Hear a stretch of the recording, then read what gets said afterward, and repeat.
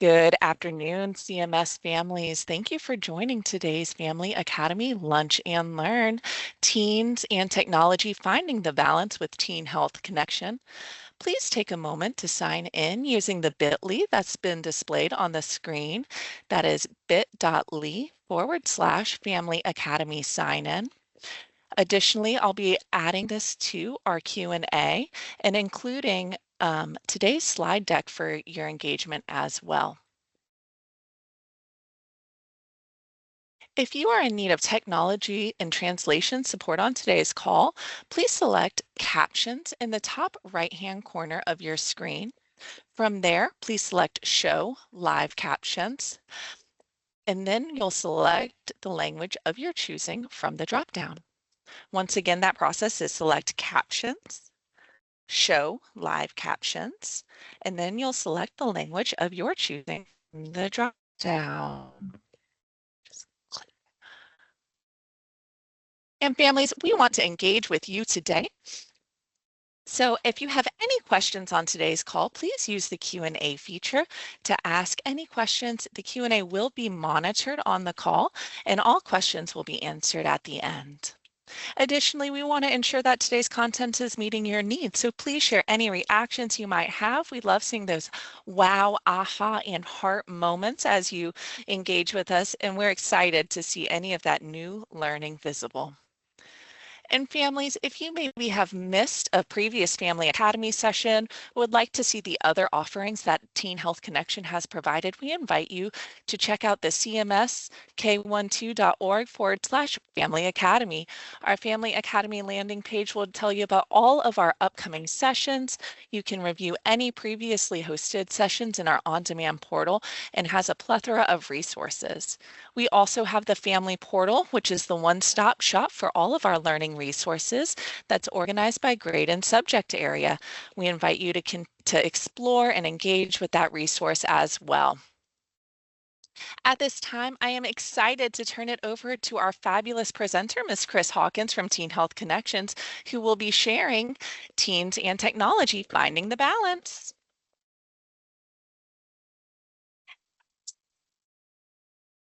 Hi, everybody. So great to be with you guys today. Technology is one of those topics where the conversation can get polarized very quickly. Some people worry that it's doing real harm. Others feel kids are growing up in a digital world and will adapt. But the truth, as with most things in parenting, is somewhere in the middle.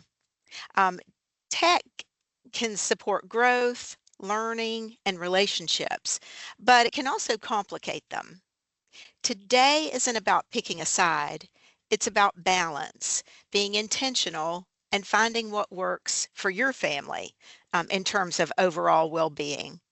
And here's my promise you'll leave with simple, doable steps that you can try this week, language you can borrow, even word for word, and a way to set fair, consistent boundaries that actually stick. Remember, this is a shame-free zone for you and for our teens. We're going to learn, hopefully laugh a little, and walk out with a plan that fits real families with real schedules. And I want you to think about expectations here. And remember what I always say, the goal isn't perfection, and it isn't a perfect silent home where no one ever picks up a phone. The goal is a home where tech supports your values, sleep, school, friendships, mental health, and where conversations stay open even when it's messy. I'll be asking a few quick questions to keep you engaged along the way, and I want you to send your favorite emojis in if it applies to you and your family. And if a story or question comes up for you, so let me start with a quick thank you, and then we'll jump right in. Thank you to the Mecklenburg County ABC Board. Their community health and wellness support allows us to bring practical, no-cost workshops. That prevention and parent education matters. What we're doing today, slowing down, being curious, learning tools, that's prevention. It's what helps families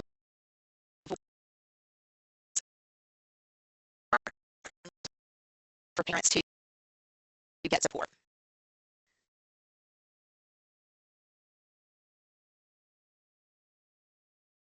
A little bit about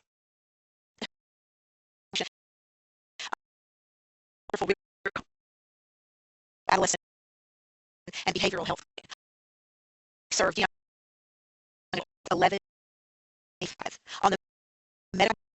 We have two board medicine specialists, which in and of itself is a very impressive rarity. You might not be aware, but there is a severe shortage of adolescent medicine specialists, so that we have to, in our, this is really nurse practitioners, patients as well, and primary for and young adults. So we provide the routine, things like annual checkups, sick visits, and immunizations, but we also address sexual and reproductive health, support around sleep and nutrition, and overall wellness.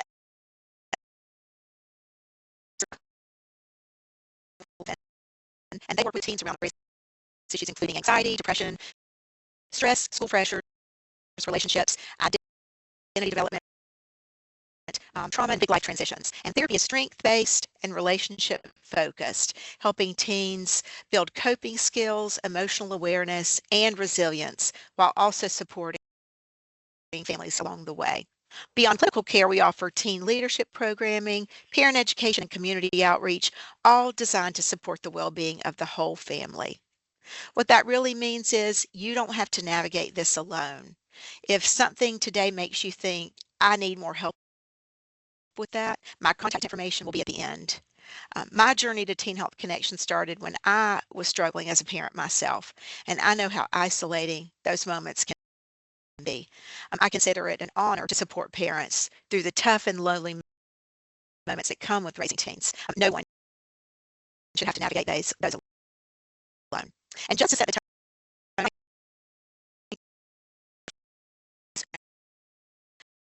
we're your culture, your reasons, to help your teams take in ways that serve those values and not undermine them. So let's zoom out first, because a little perspective for everyone's shoulder.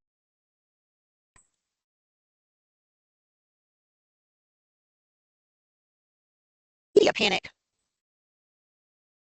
Media panic is nothing new. Every generation has worried incessantly about whatever the new technology of their time was. 100 years ago, when radio first entered homes, adults were convinced that it would destroy family conversation. Then in the 50s and 60s, television became the big villain. People feared it would harm attention spans and stop kids from reading. In the 80s and 90s, the panic shifted to video games with warnings about addiction, violence, and kids becoming socially isolated. And even before all that, comic books in the 1940s were considered trash that threatened the morality of children. In fact, psychiatrist Frederick Wortham termed comic books marijuana of the nursery. And in the late 1700s, the rapid rise of novel reading was frequently compared to a dangerous addictive drug, often described as a reading fever, reading mania, or novel addiction. And critics liken the consumption of novels to intoxicating, mind-altering substances. So the pattern is clear. Every generation believes the new medium will ruin kids, and every time society eventually adapts. Fast forward to today, and we're hearing the same fears about smartphones, social media, and screen time. And yes, these concerns are valid. They're real challenges. But when we zoom out and look at the historical, something clear. The goal isn't to fear technology. It's to help our kids build the skills to stay in control of their tech instead of letting it control them. What history shows us is that humans adjust. We figure out how to integrate new tools into family life, into education and social development. And we can do the same with today's digital world. Today isn't about demonizing tech, banning everything. It's about understanding how our teens use it, what it gives them, where the risks are, and how we can help them build healthy, balanced relationships with it. Because the truth is, technology itself isn't the problem. Just like every media shift before it, it can be incredibly positive when it's paired with awareness, communication, and boundaries. So I just want to ask for a quick show of emojis. If you were told when you were young that TV would rot your brain, my point is that we adapted then and we can adapt now. Today, we're going to learn the skills that help us do exactly that. Okay, so big picture perspective then, the why behind it.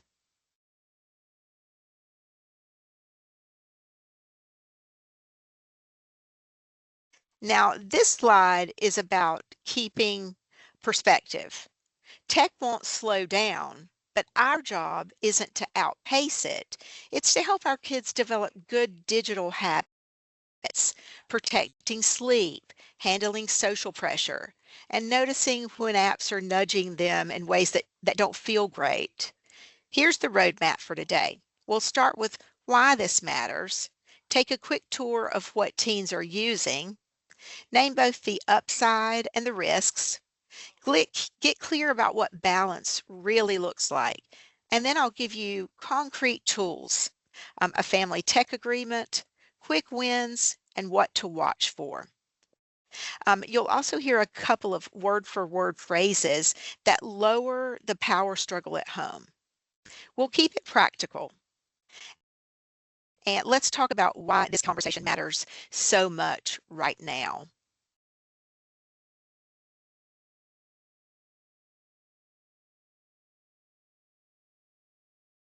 Today's teens spend a lot of time with entertainment media beyond schoolwork. For many of them, online and offline life aren't separate anymore. They're kind of braided together. This is where they socialize, they learn, create, and sometimes cope when school or life feels heavy.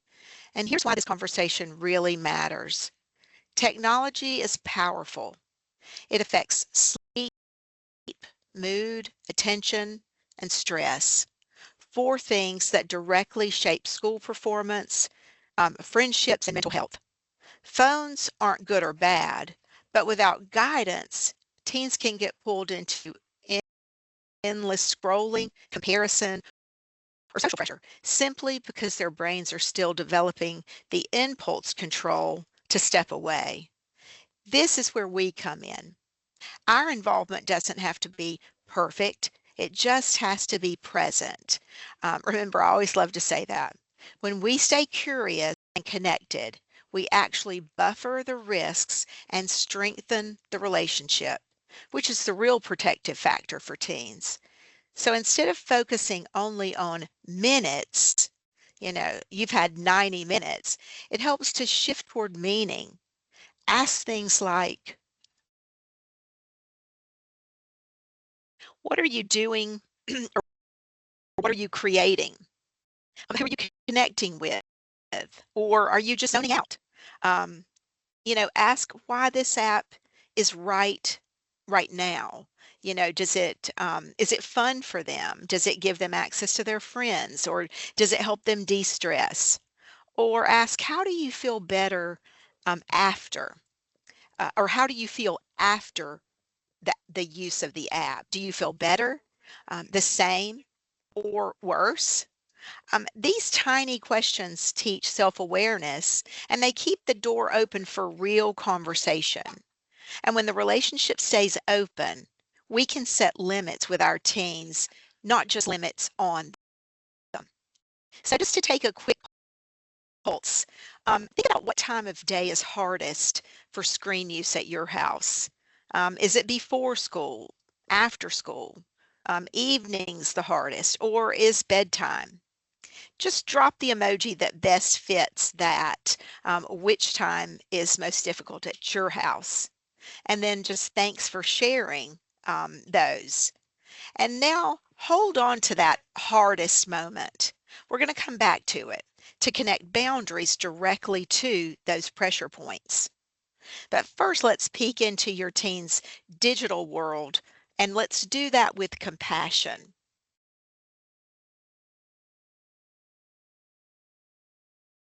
Platforms like TikTok, YouTube, Snapchat, group chats, and gaming are more than just entertainment. They're connection points for your teen. Group chats keep friendships alive between classes.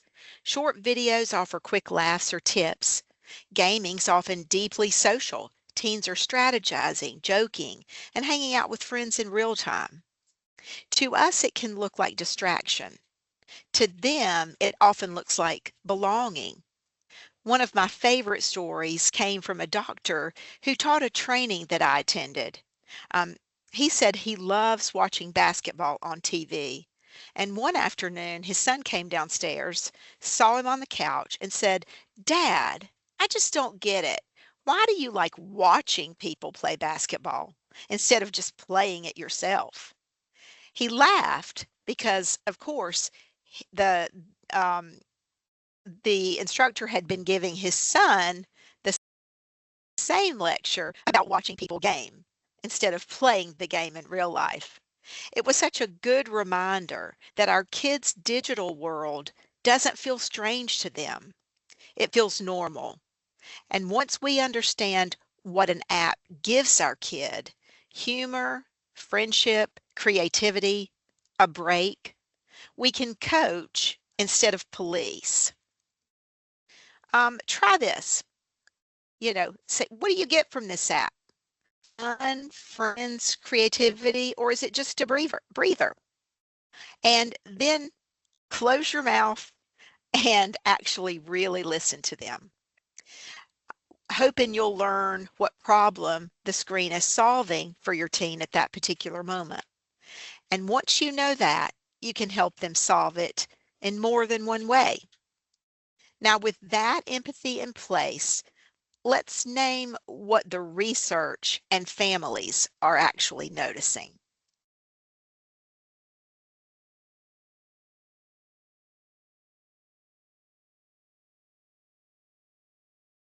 First, actually, let's talk about some real online risks without the panic.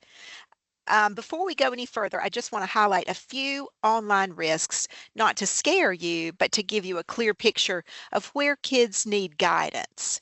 We'll talk about sleep, social pressure, and the design of apps a little later, but these are the areas families often ask about first. Anonymous apps, they're a big one. Um, when names aren't attached, kids sometimes say things they wouldn't say face to face, and conflict can spread quickly, or bullying, and that can really go south quickly. There's also group chat drama. These chats move fast. Screenshots travel, and what starts small can turn into a pile-on within minutes. Then we have gaming, voice chat, and open chat rooms can expose kids to older players, adult language, or pressure to talk to people they don't know. Do need to be honest about this. Some adults pretend to be teens online just to gain trust. That doesn't mean that every stranger is dangerous, but it does mean that we want teens to be thoughtful about what they share and who they're interacting with. Finally, there's privacy and accidental exposure to inappropriate content, which can happen even when a child isn't looking for it. The goal isn't panic, it's awareness. When we know what's out there, we can teach our kids to navigate it safely and prepare them. And we can stay connected enough that they'll come to us when something feels off.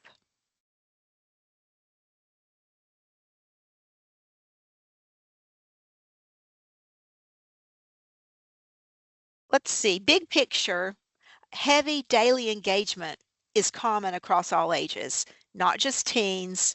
Adults are also on phones a lot. or technology really a lot. So this isn't a teen problem, it's a family culture opportunity. Two simple moves shift that culture. Model what you want. If you want phones down at dinner, or you don't want notifications beeping in, then you put your phone down and turn off notifications after a certain hour. Kids notice what we do more than what we say. Make choices visible. For example, put a family charging station in a shared space. That way nighttime isn't a negotiation. It's a routine that the whole family keeps. And maybe even consider like a Sunday night tech plan or meeting, a check-in. What's coming up this week and what supports do we need? Maybe do we need to set alarms or do not disturb, earlier phone charging? 5 minutes of a meeting like that can save lots of battles later on or during the week. Remember, this is a conversation, so listen to your teen's suggestions. They'll be more likely to buy in. Also, encourage them to call you out. This is a great opportunity to share the power with your teen, and it's around a shared goal. This drives home the point that management can be everyone, and allows you the opportunity to be humble and to praise your teen for noticing and enforcing the family rules. Now, let's talk about the good things that technology brings, because there actually really is good.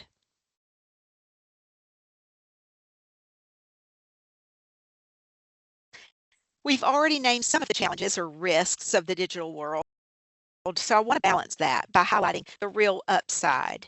Because for all the risks, there are also some incredible benefits. Creativity, for example, kids can edit videos, mix music, design digital art, and even learn photography or filmmaking. Learning tutorials and how-tos for anything from they're curious about, from algebra to changing a tire. And then we have community or social connection. For teens who feel alone at school, finding their people online can be protective and grounding. And here's a simple trust builder. When your teens share something they love, try saying, "Show me your favorite creator," and "Show me what you like about them." And then again, zip it and just listen. That one question shifts you from the screen police to a curious ally. But of course, even with these positives, there are additional challenges that we should mention. Remember, not for fear sake, but just to focus us. So the downside of tech. Here are the big ones most families feel. Sleep takes the hit, late night scrolling, buzzing notifications, and bright screens. They keep the brain alert when it should be winding down. Comparison spirals.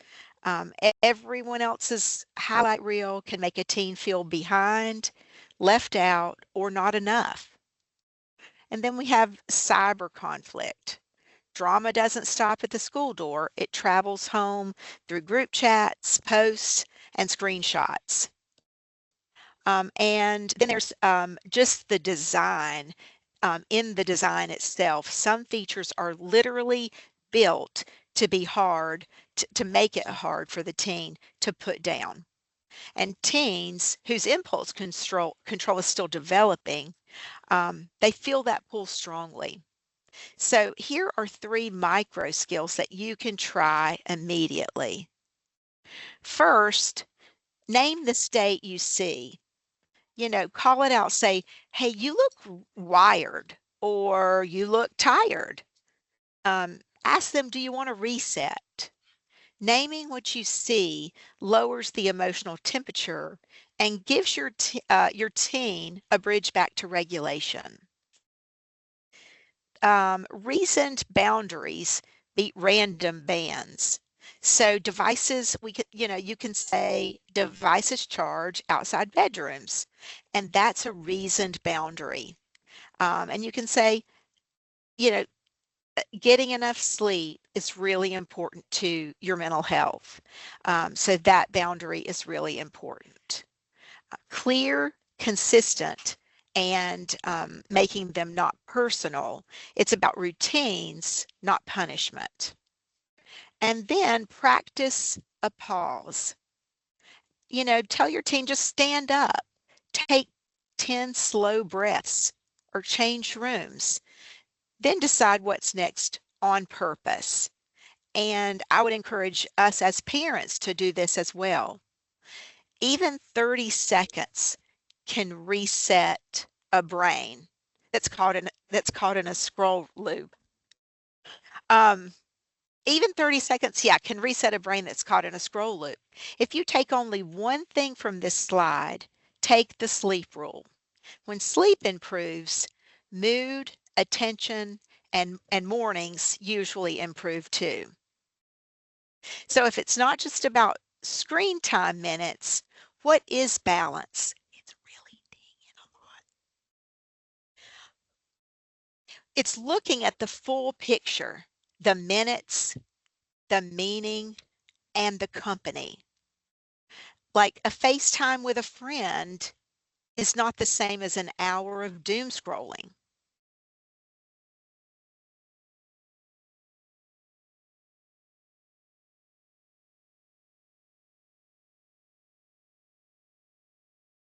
Balance is about habits and purpose, not just a timer. We want our kids to start asking themselves, when I open this app, what's the plan? And after I use it, do I feel better? Do I feel the same? Or do I feel worse? We want them to ask, what boundary would help me here? More sleep, less drama, better focus? This is where coaching beats controlling. We can say, I'm not here to catch you. I'm here to help you build habits that support your goals. And yes, that includes us. When we model our own phone down moments, we turn balance into a family practice, not a punishment. So, why is balance hard for teens to manage? Why is it hard for them to manage on their own? Now we're going to move to a talk on the brain.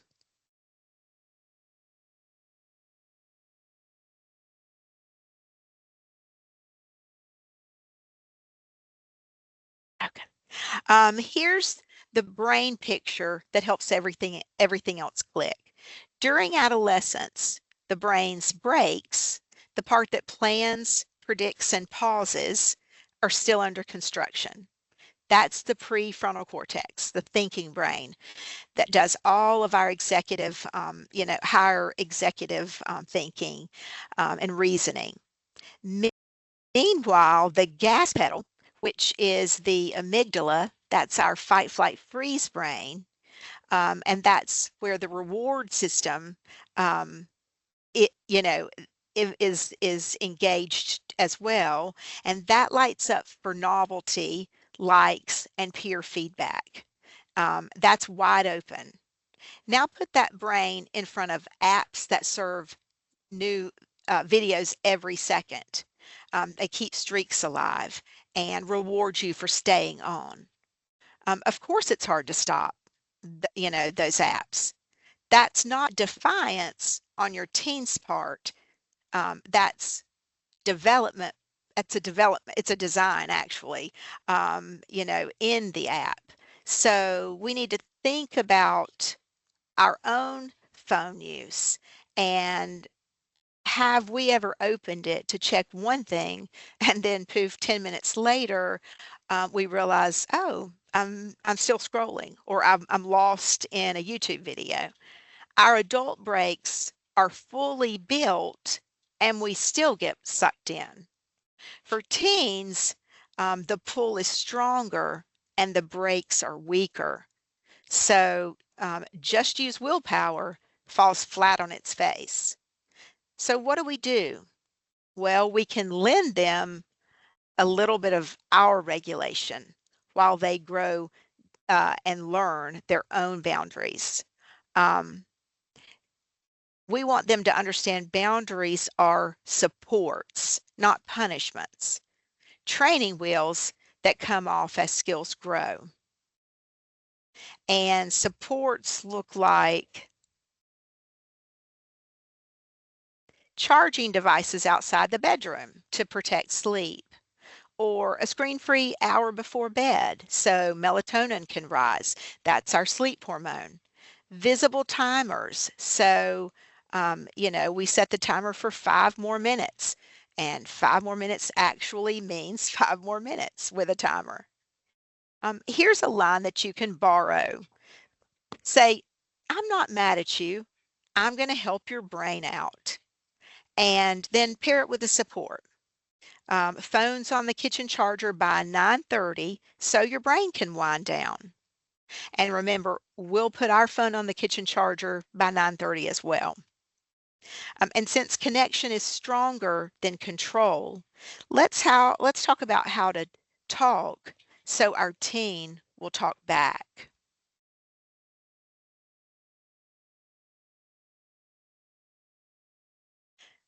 So we want to ditch the control so we can start the conversation. Surveillance alone tends to backfire.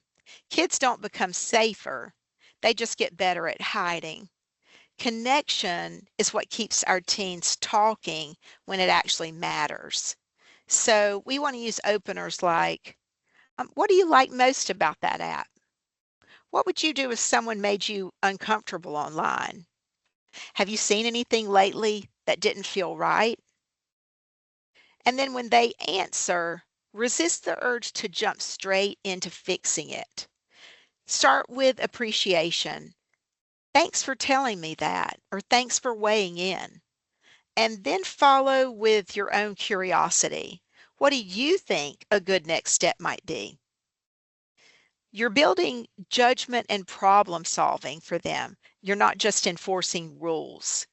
If they share a mistake, like maybe they stayed up too late or saw something that they wish they hadn't, lead with safety and empathy first. You can always add a consequence later if it's necessary, but if kids feel punished for telling the truth, they're going to stop telling you the truth. And now let's put structure around that conversation so it actually lasts at home.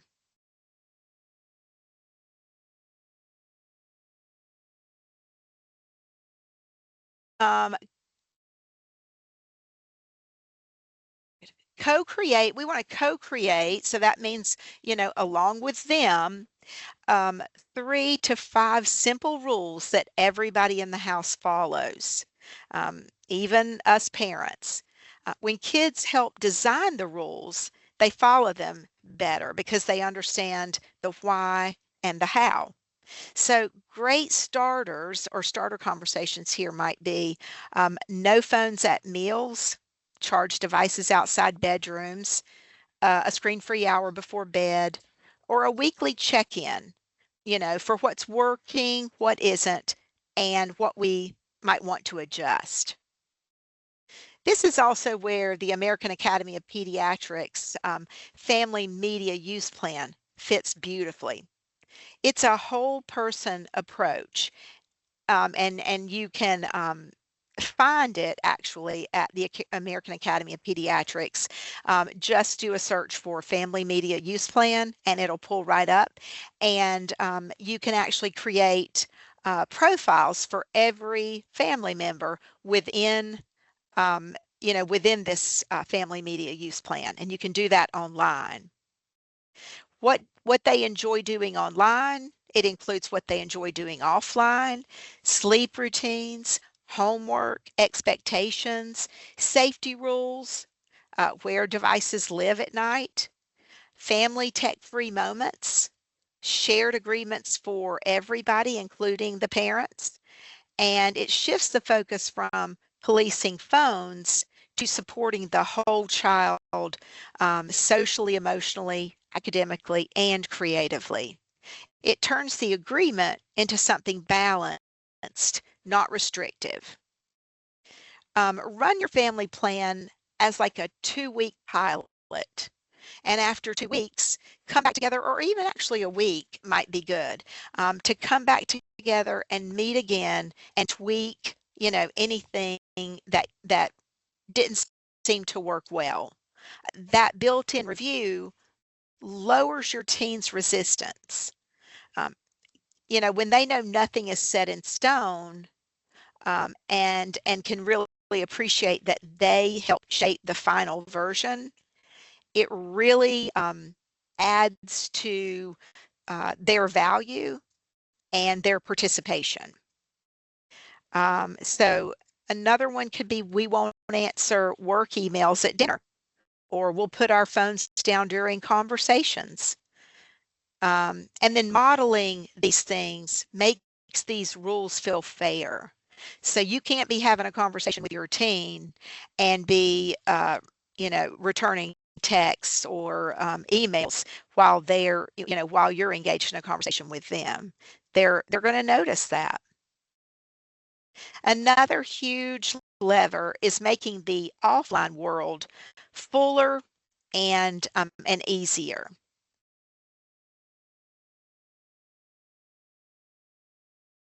When life feels full off screen, screens compete less. So offer your teen, a couple of good choices and join them. So maybe take a walk or shoot hoops, cook dinner with them, and allow them to pick the playlist while you're cooking. Or maybe play a board game that the family enjoys, or take a quick drive for a coffee or an ice cream. Remember to keep it low friction. Short walks, easy recipes, 15-minute games, and try to bookend screen blocks with movement and sunlight, outdoor time. Even 5 minutes outside can shift a mood and attention. If a teen says there's nothing to do, definitely don't take the bait. Let's try one of these for 15 minutes. And then you both can decide. You can offer suggestions. But getting started is the heavy lift. After that, momentum, often builds. And now the most powerful lever of all.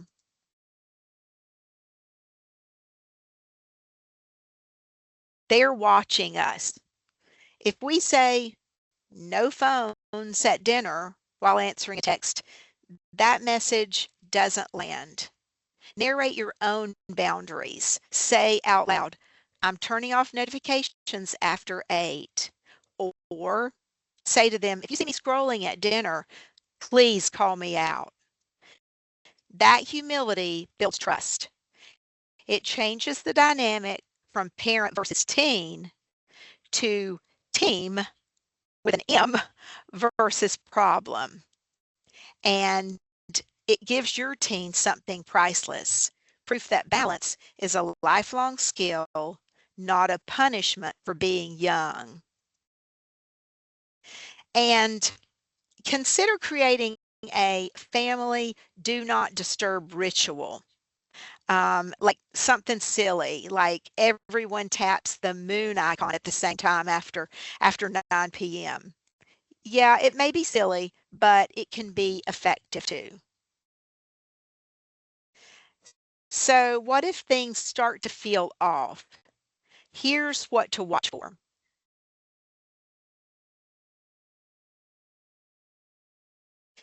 Most tech use is completely normal, but sometimes it can slide into unhealthy territory. As parents, it helps to know the warning signs so we can intervene early and supportively. Here are some red flags to watch for. Major mood swings after screen time. Withdrawing from real world activities that they used to really enjoy, or friendships that used to be really important to them. Secretive behavior about online activity. falling grades, or missed responsibilities, assignments maybe, or even, um, if they have like a side job or a side hustle, maybe they're, not showing up or showing up late. Sleep problems or ongoing fatigue and emotional outbursts when they're asked to unplug from technology. These signs don't automatically mean something serious is happening, but they do signal a need for a conversation.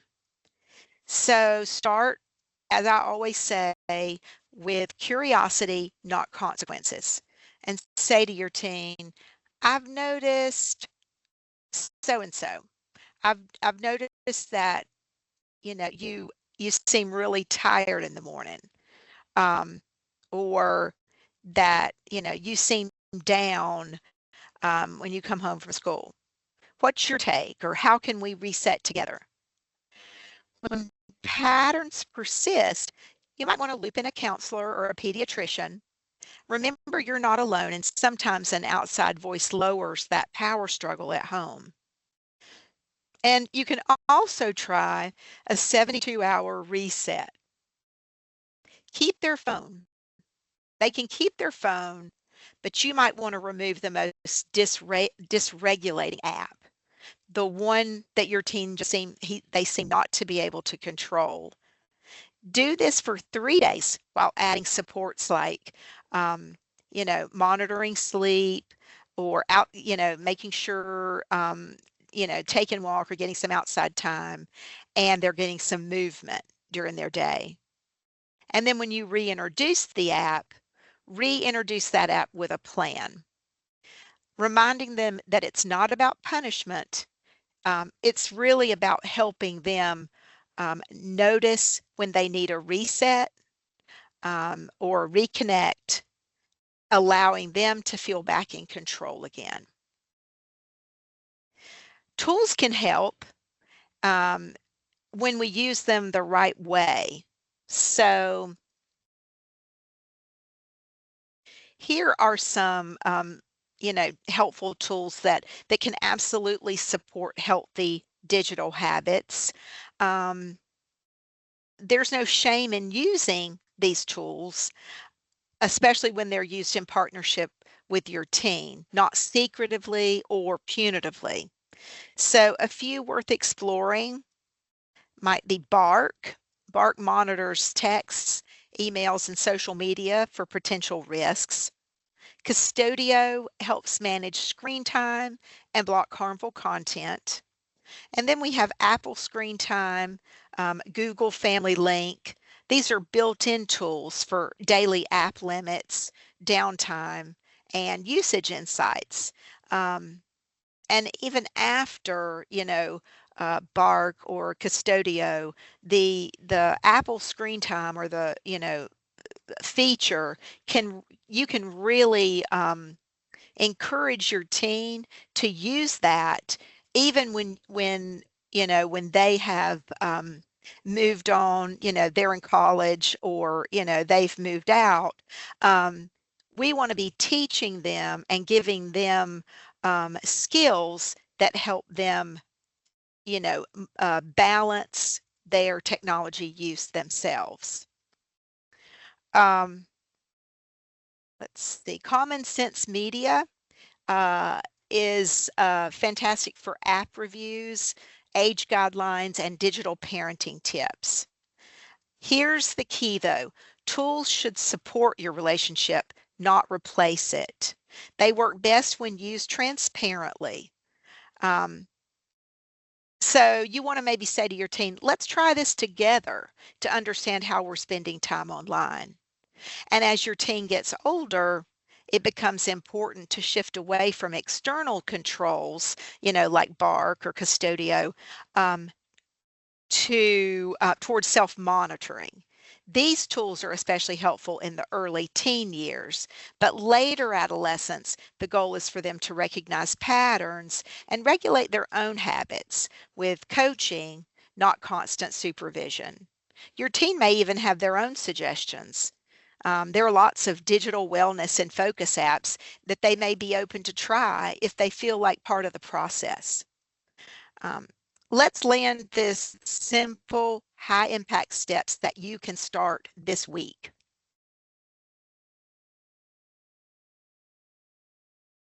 You don't need to overhaul your whole household overnight to see progress, but here are 5 small shifts that can make a big difference. I know I've been harping on this, and I know this is a biggie, but dinner with the family dinners are really important in and of themselves. Research shows that, just all sorts of positive things come out, better mental health, better grades in school, interestingly enough, improve when you have family dinners. So device-free dinners, um, it's kind of a given, right? We don't want to use our phone or tech or play games at the dinner table when what we're really going for at the dinner table is engagement. So screen-free meals is definitely a way to reconnect. Um, and then the no phones in the bedrooms overnight. That is one that I've been harping on too. Um, and that can help protect their sleep and support better mood and mental health. Weekly screen check-ins. We've talked about that. Talk about what apps that you're both using and how those apps make you feel. Then we have tech-free zones. So pick a couple of places in your home where screens stay out. For example, like the dining room, that's already a given. You're eating dinner, it's tech-free dinner, so no screens in the dining room. Or maybe the car, you choose the car. Um, it really can be up to your family where that feels, best placed. Celebrate digital downtime. Praise time spent off screens, not just screen time reduction. And stress the positive. These are opportunities for connection, not punishment. Let your teen help choose which ones to start with. You may be surprised how much they appreciate the structure, especially when it's applied fairly across the whole family. So before Q&A, let's practice some real life language. Let's just consider 3 scenarios. So scenario A is our late night scrolling. And you might say to your teen, hey, it's 9:25, I'm calling a brain break. Phones to the kitchen by 9:30, so sleep can do its thing. And I'll plug mine in with you. And then the teen, of course, is going to say what? 5 more minutes. And you might say, I get it. It's hard to stop. I'll set a timer for 5 and then let's do it together. And then maybe even, be even, you know, funnier, and make it a race to the charger. Just throw in something that they wouldn't expect, maybe. Scenario B, group chat drama. You might say, do you want to download it through conversation, or do you want to vent it out? And the teen might say vent, and you say, okay, I'm listening. Do you want help problem solving, or just a human being who nods and brings snacks? Um, and then after listening, you might want to say to your teen, thanks for trusting me with that. What's one boundary that would help? Mute the chat for an hour or put it on do not disturb until homework's done. Okay, or finally, scenario C. This would be the sketchy DM. You could say, thanks for telling me. That took courage. Here's our plan. Block, screenshot if we need it, and remember you're not in trouble. If it keeps happening, I'll support you while we loop in the school or the app safety tools. If any of you think that you'll try one of these this week, just show me some emojis. Which one, or, the scenario A, B, or C. And now it's time to bring it home. Let's see. Final thoughts here. At the end of the day, tech isn't going anywhere, and that's okay. Our job isn't to eliminate it. It's to help our teens use it in ways that support their growth, their values, and their well-being. What really makes the difference is connection. When your teen knows that they can talk to you without fear, when they feel seen, heard, and supported, when they know that you're on their side, that's when balance becomes possible.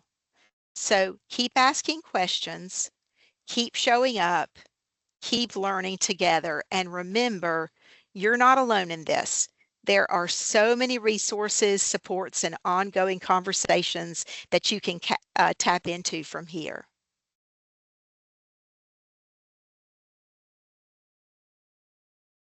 And I'd love to stay connected.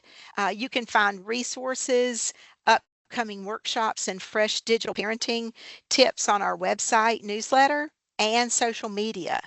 And I've included links to all of those here on this slide.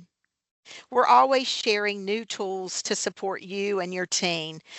So that's just a great resource for you to have at your fingertips. And then before we wrap up, I'd love for you to take the quick post survey. And I did have that link before. I'll send it through Molly and try to send that link out for just the brief survey. It's really a quick survey. The input just helps me keep improving sessions for parents just like you. And if we have any questions, or I'm here to answer. Thank you, Chris, for such an impactful lesson, just highlighting teens and technologies and how we are able to support that through our parent lens. I know we learned a lot of great tips, tricks, conversation starters to engage in this work. Families, feel free to add any questions to the Q&A. And as a reminder, the slide deck, as well as additional resources such as our Family Academy and Family Portal, have been included in the pinned comment of the Q&A. If you have future questions or wish to stay connected with Chris Hawkins, we invite you to connect with her via email or telephone. And to provide any feedback to the survey that Chris mentioned, please use the slide deck to click on that brief survey link and share your thoughts with Teen Health Connection. They'll be with us for a future session in March, so please stay on the lookout for our next session with Teen Health Connection. Families, as we have no questions in the Q&A today, we will conclude, but please feel free to reach out for any future needs, explore the Family Academy platform or the Family Portal if you wish to review today's lesson again. We hope everyone has a terrific Tuesday, and we look forward to seeing you soon.